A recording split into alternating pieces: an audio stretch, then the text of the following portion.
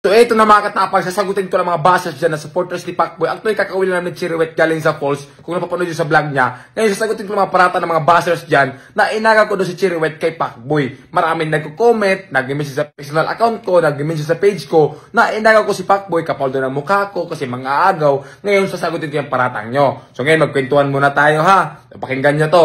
So bago kami nagkarelasyon ni Cherry White, bago kami nagka-jowa, nasa Manila pa si Cherry White, nag-uusap na kami, nag-video call. Ang gagawin lang sana namin is collaboration. So, make the story short, tinanong ko si Cherry White kung may jowa ba siya. Anong sagot ni Cherry White? Wala akong jowa, matagal na akong walang jowa. So, siyempre, ako yung taong hindi may pagka-marites, hindi na ako nagtanong about sa kanya. Kung about sa kanya kay Pacboy, ang sa akin lang is komportable na ako na wala siyang jowa. So, siyempre, ako din naman na wala akong jowa. Okay, ganito, make the story short. So, habang tumatagal yung pag-uusap namin, pakikilala sa isa't isa, habang lagi kami nag-video call, nagkaroon kami ng feelings, nagka-develop kami, hanggang umabot sa punto na pumunta siya ng Cebu, nagkaroon na ng something sa aming dalawa. So, wag yung sabihin na inaga ko si Cherry White kay Pacboy. So, imposible naman ang babae papatol sa isang lalaki na may karelasyon. Alam nyo yan, girls, na hindi nyo gawain yan na magpagrelasyon sa ibang lalaki na may relasyon kayo. So,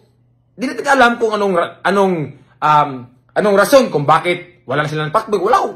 Ayaw kong mag-tell niyan kasi sila lang daw ang nakakaalam. So, ang sa akin lang, Cherry, bago kami nagkarelasyon, wala siyang jowa. So, wala siyang jowa. Hindi ko inagaw si Cherry. Hindi ko inagaw. Alam niya ni Cherry, hindi ko siya inagaw. At ito pa, hindi ako yung klaseng lalaki na basta-basta lang dyan. Kasi hindi ako pogi. May prinsipyo din ako. Ako yung lalaki na pag nilawayan na ng iba, ayaw ko na rin lawayan. Ganun ako. Hindi ako yung lalaki na makipaghati sa isang babae lang. Ayaw ko na may kahati. Kaya wag yung sabihin na nang aagaw ako kay Cherry White. Si Cherry White mismo nakakaalam yan. So hindi ko alam kung anong rason nila kay Pacboy. So ang sabi lang sa akin, matagal na siyang walang jowa. So hindi ko tinanong sila about sa kanila ni Pacboy.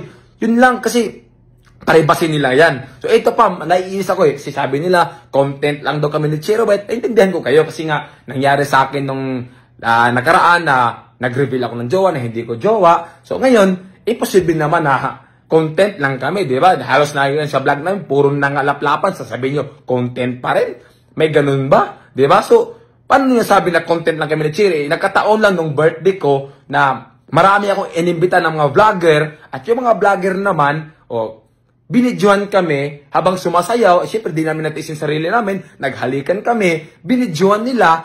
Paano nasabi yung content? Hindi nga namin vlog yun, di ba? So, content yun ng mga ibang vlogger. So, sila yung nag-content sa amin. Ang sa amin lang is ginawa lang namin yung relasyon namin na ano yung nararamdaman namin. Di ba? So, kaya nasabi yung content lang. So, hindi kami ang nag-content, mga vlogger, kasi maraming vlogger doon nakatutok. So, actually, sinabi ko kay Cherry na wag muna kaming mag-private relationship muna kami. Kasi nga, pag social media talaga, maraming makisasaw, maraming masasabi, di ba? So, wala hindi namin na natiis yung sarili namin na gawin yun sa birthday ko. So, maraming mga vlogger na nag-video, kaya ganun yung nangyari. So, sige lang, hayaan nyo na mapatunayan sa amin na hindi content lang itong ginagawa namin. Sabi ko nga kay Cherry na itong ginagawa namin is bonus na lang to sa vlog. Itong pinapakita namin sa inyo, bonus na lang tong anong meron kami sa relasyon. Kasi hindi ko rin naman gusto na mag-reveal social media. Nagkataon lang talaga na yung nag-reveal is yung mga vlogger doon. Maraming nagbibideo na naghahalikan kami, di ba? So, ano pa yan?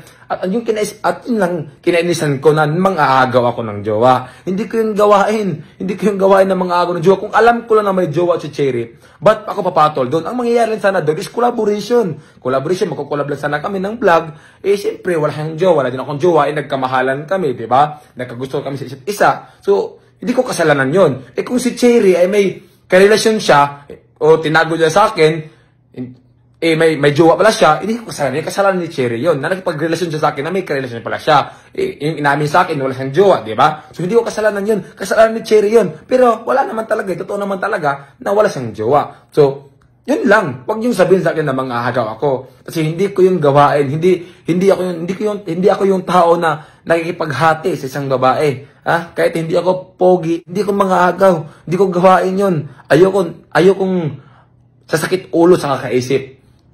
Di ba? Kaya wag yung sabihin sa akin ha, nangaagaw akong jowa. So yun lang, naiinis lang talaga ako sa mga basos. Pasensya nyo, di ako nagalit. Nagpalabas lang ako ng aking nararamdaman sa mga sinasabi sa ibang tao dyan. Kasi ito lang ako, nagpakatotoo lang ako sa kay Cherry. So, yun lang, pasensya na kayo kung ano yung, kung parang galit ako. So, naiinis lang talaga ako sa mga nagko-comment at nagbabas dyan.